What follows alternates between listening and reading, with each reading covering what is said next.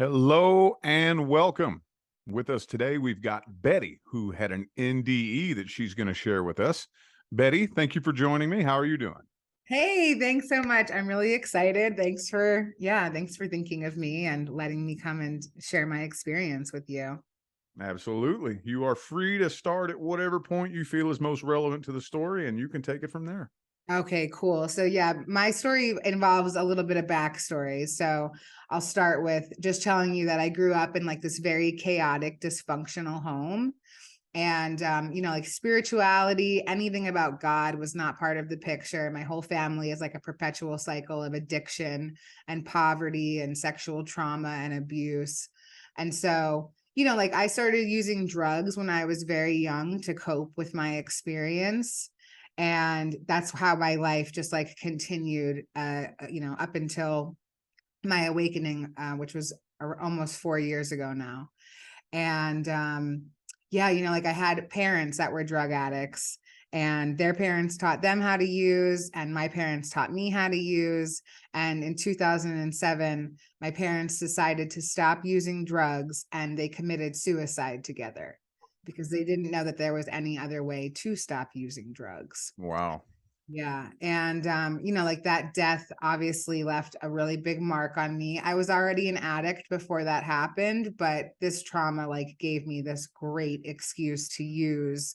And, like it was the only way that I could cope was with using drugs. And so, like my life just became really unmanageable. And, I thought that I was, like this party girl. I thought that I was like this really feel good time.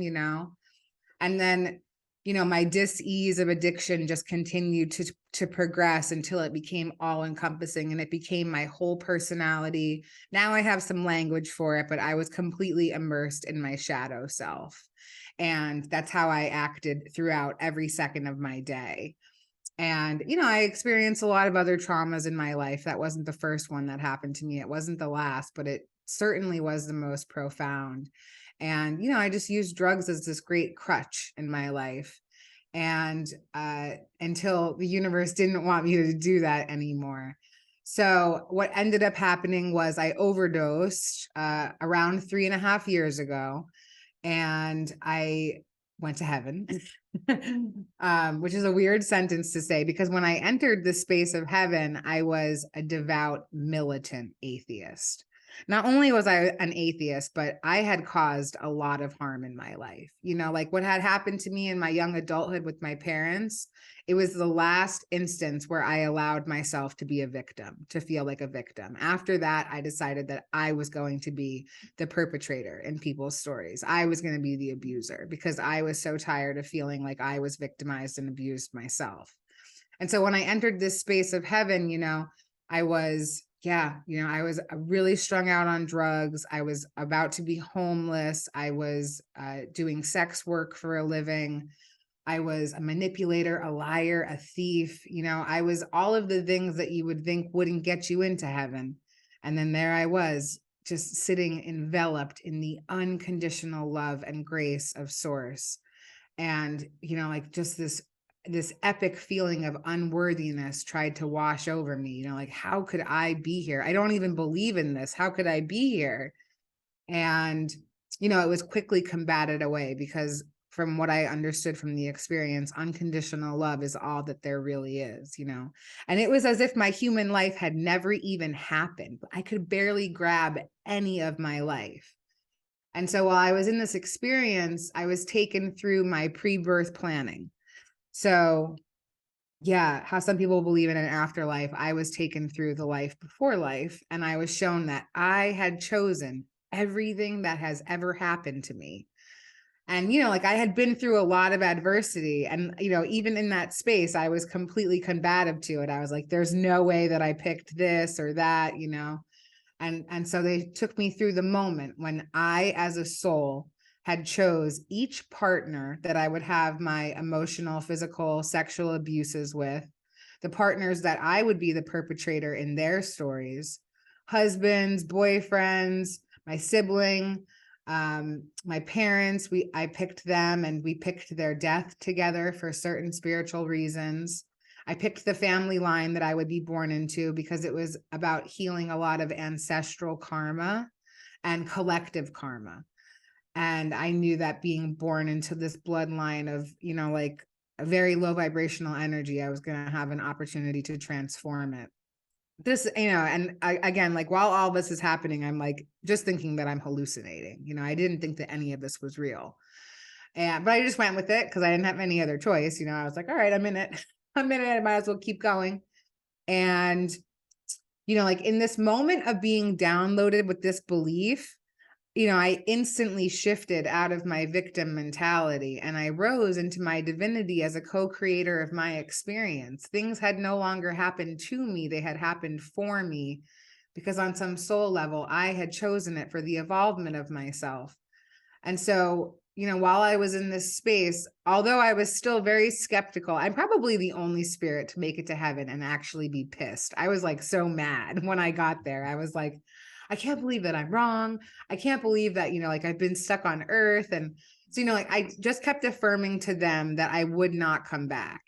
They said, well, you have to go back. And I was like, no way, not me. I'm not going back. And they said, like you chose all of these things in your life, but you didn't see the rest of what you had chosen. And like some of the boxes, like it looked like cereal boxes, like in a grocery store. And I was putting them in a cart.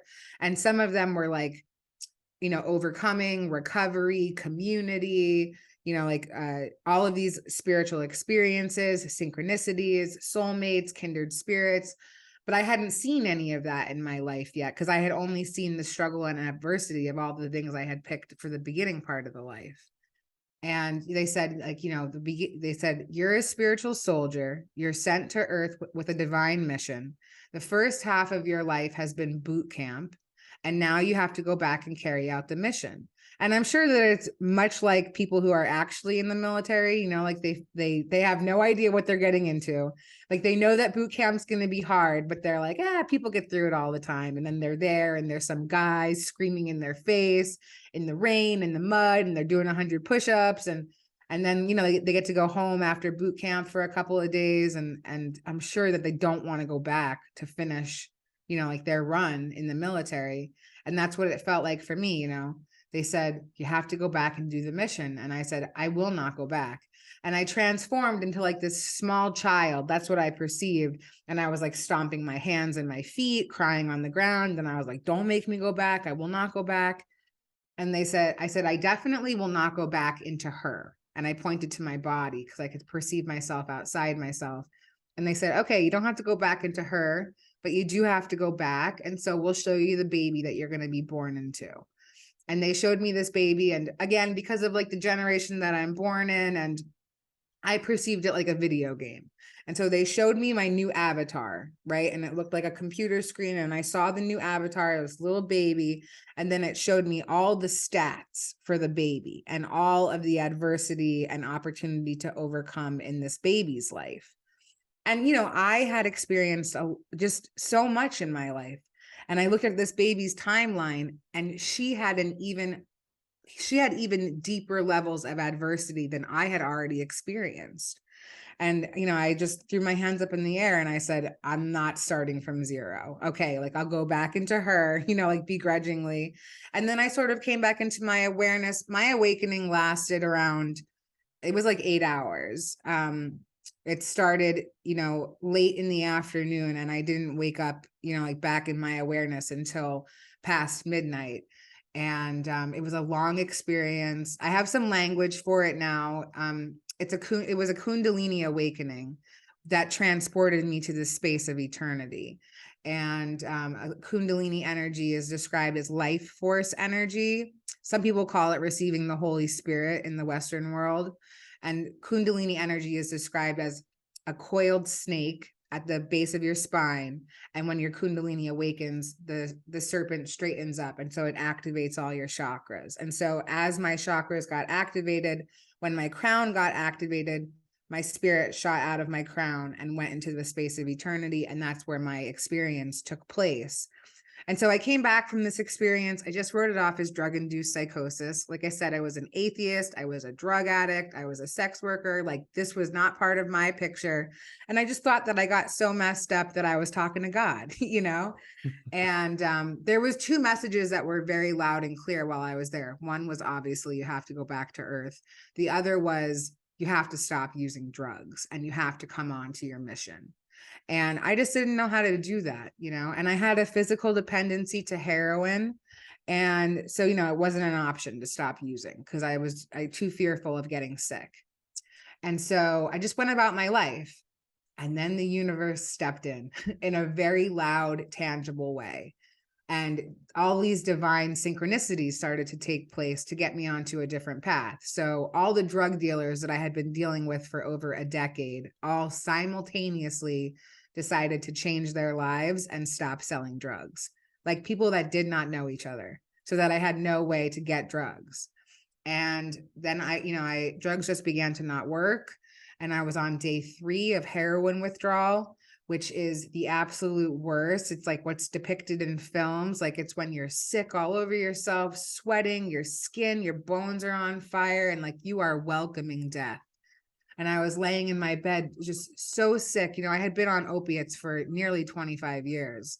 And, like I said out loud to myself, wow, I couldn't even kill myself if I wanted to, because I'm so sick that I can't even get up out of bed and figure out a way to kill myself. I can't even go into the kitchen and get a knife. I can't go to the store and go buy 100 Tylenol.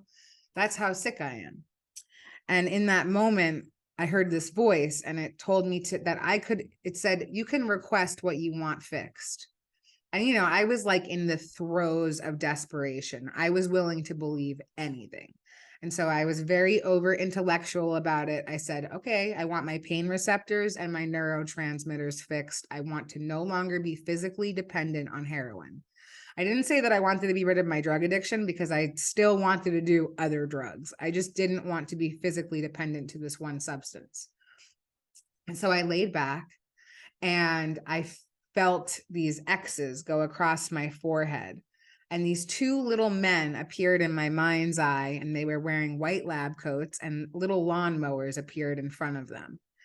And I watched them go through every crevice of my mind with these lawnmowers. And as they went through, I felt hot tingles, and I knew that I was being restored. I knew that my pain receptors were being healed back to their original state.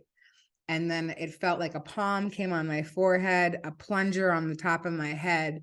And as it plunged down, this bright white flash, and I was instantaneously healed out of day 3 of heroin withdrawal. I mean, like a few moments before, I was puking all over myself, just like sicker than I had ever been. And then all of a sudden, I was completely well. And I knew that I had to pay attention now, like this was it. Like there was no denying what was going on now.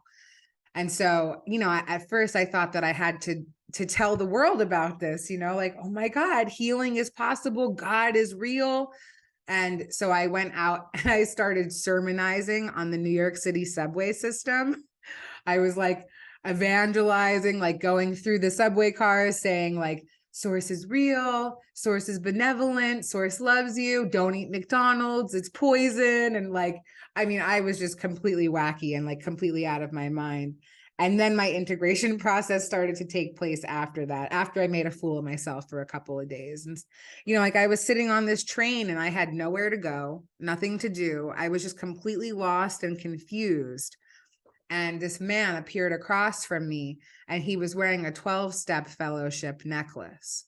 And I heard a voice in my head, and it said, that's your path. Follow him to a meeting. And so I followed him to a meeting, and that was on June 1st, 2019. And I've been clean ever since. And I went to a few more meetings over the next couple of days. And I found myself in a meeting sitting next to the program director of a women's therapeutic community here in Brooklyn, a long-term rehab. And, I knew that it was a sign that I just so happened to be sitting next to this woman, like I knew that I didn't know how to be a person and that I needed help. And so I figured this was probably the best way to do it. I was about to be homeless. It wasn't like I had anything, like left in my life. like I needed a place to live, and a rehab seemed like a good place to maybe like sort out what was going on inside my mind. And so I had a plan that I was going to talk to her when the meeting ended. And when it ended, I looked over and she had left early, and I felt totally defeated. I was like, oh man, I can't believe that I didn't talk to her.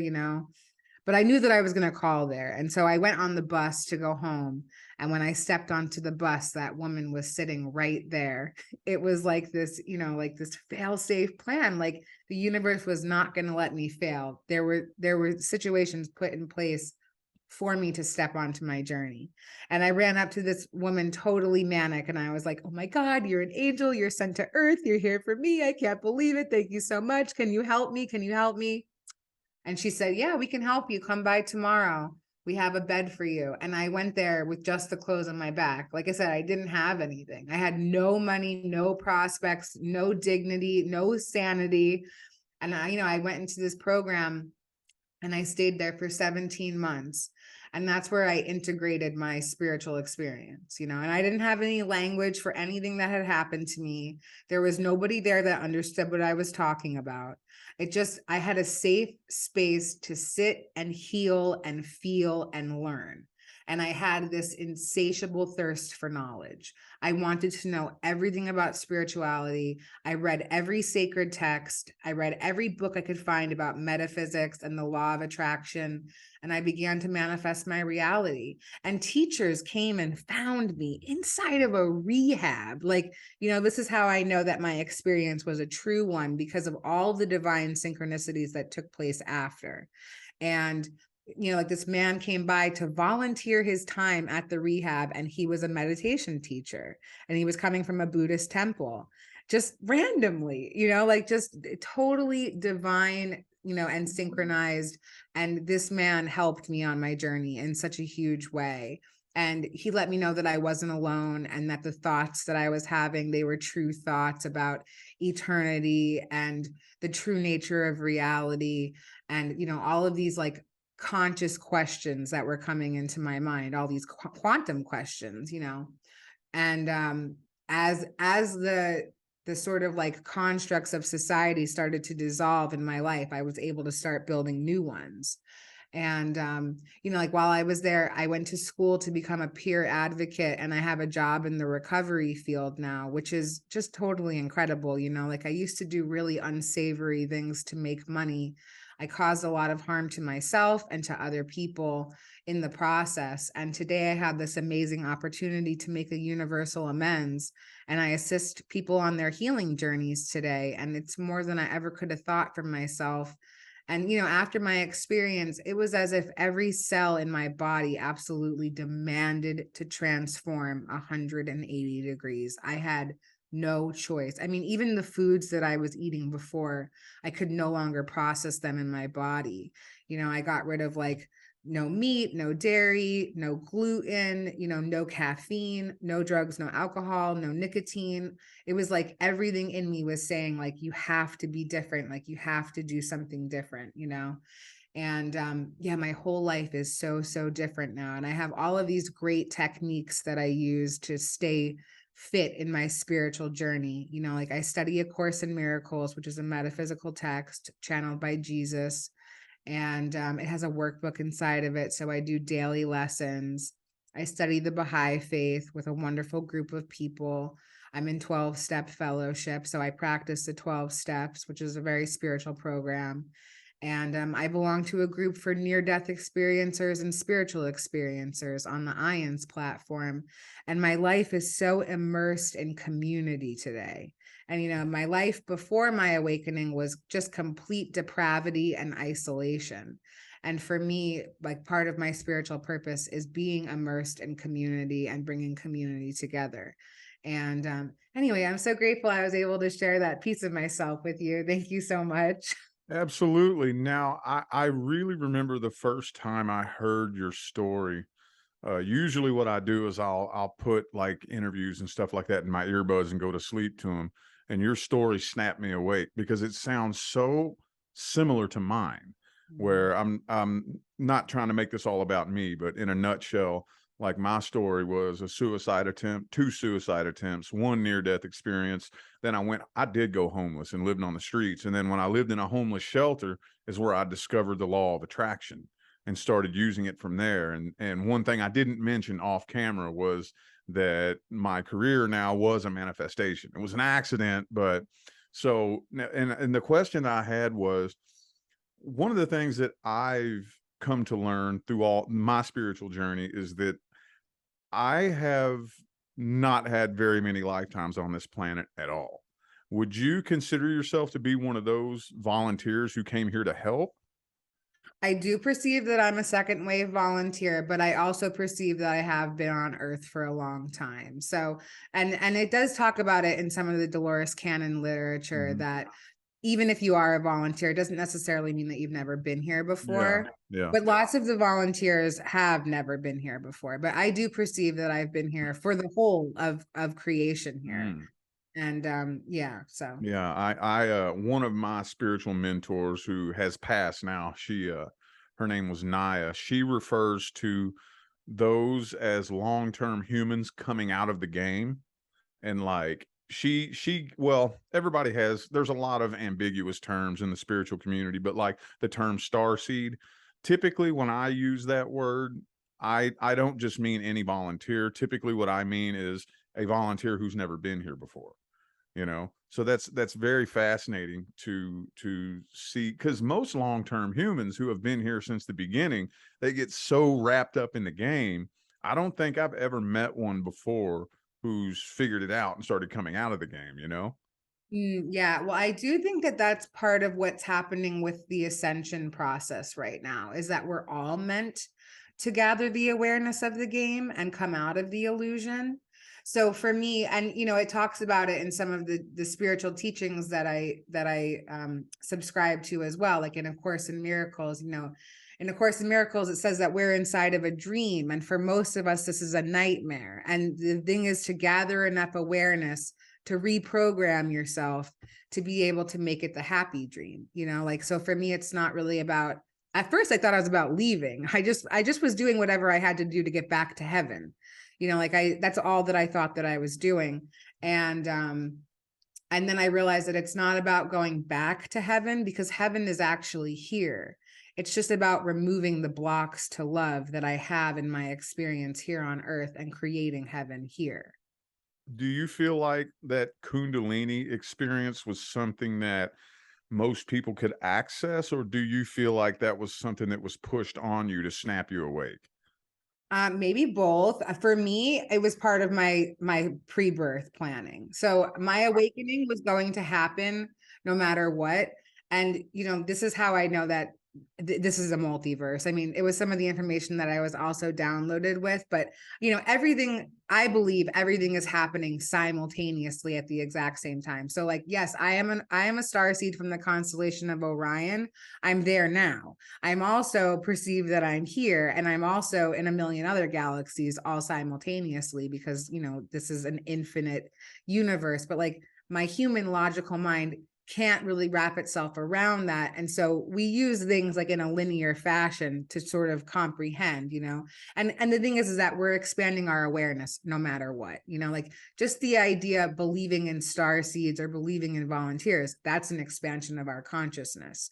So for me, yeah, the process of just like this whole sort of like I think of it sort of like science fiction, right? Like the video game, like this Sims Earth. And yeah, like gathering the awareness around it and coming out of it has been a challenge, because there's so many things in my daily experience that make me sort of recenter and refocus on like what Earth is, which is why I stay like really steadfast in my spiritual practices and my spiritual communities. When it comes to manifesting, this is actually my primary area of expertise. I Mm. even ended up attending a mind mastery school that was actually founded and taught by a former NASA scientist, where I learned like the science behind it. And I'm constantly, and that's what I do with my tarot card readings. I try to sprinkle little seeds of manifestation in there. And, do you have any techniques in mind that you think could help people? Because, like, one thing I noticed on my journey is that you got all these people out here teaching it, but I always felt like you're missing something, and I've been devoting my life to trying to figure out a way to explain it so as many people can, grab onto it as they can. Yeah, I love that. Making it digestible for the collective, Yeah. because this is so the way that one of the ways that I know manifestation is 1,000% real, not only from like the physical, tangible manifestations that I see in my life, but I also see that I've always been manifesting. Hmm. It's not like I only just started manifesting when I came into awareness about it.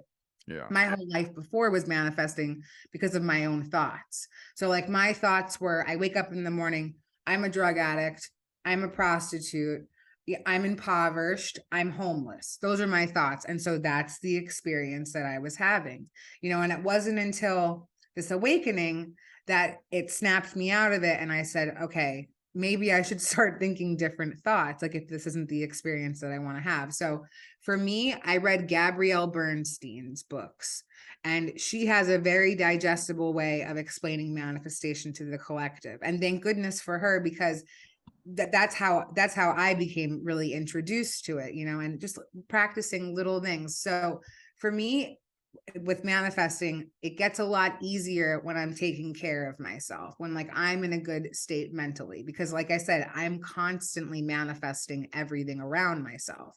So for me, I eat clean, I exercise, I drink water, and I fill myself with information that I feel will serve a greater purpose. And then I set intention. And a big part of manifesting for me is taking pen to paper. You must write it down. Like that, this is a very strong belief of mine. Maybe it's not for everybody, but I have long lists of things that I've written down, and like they all just magically come true, and like I'm no more special than anybody else.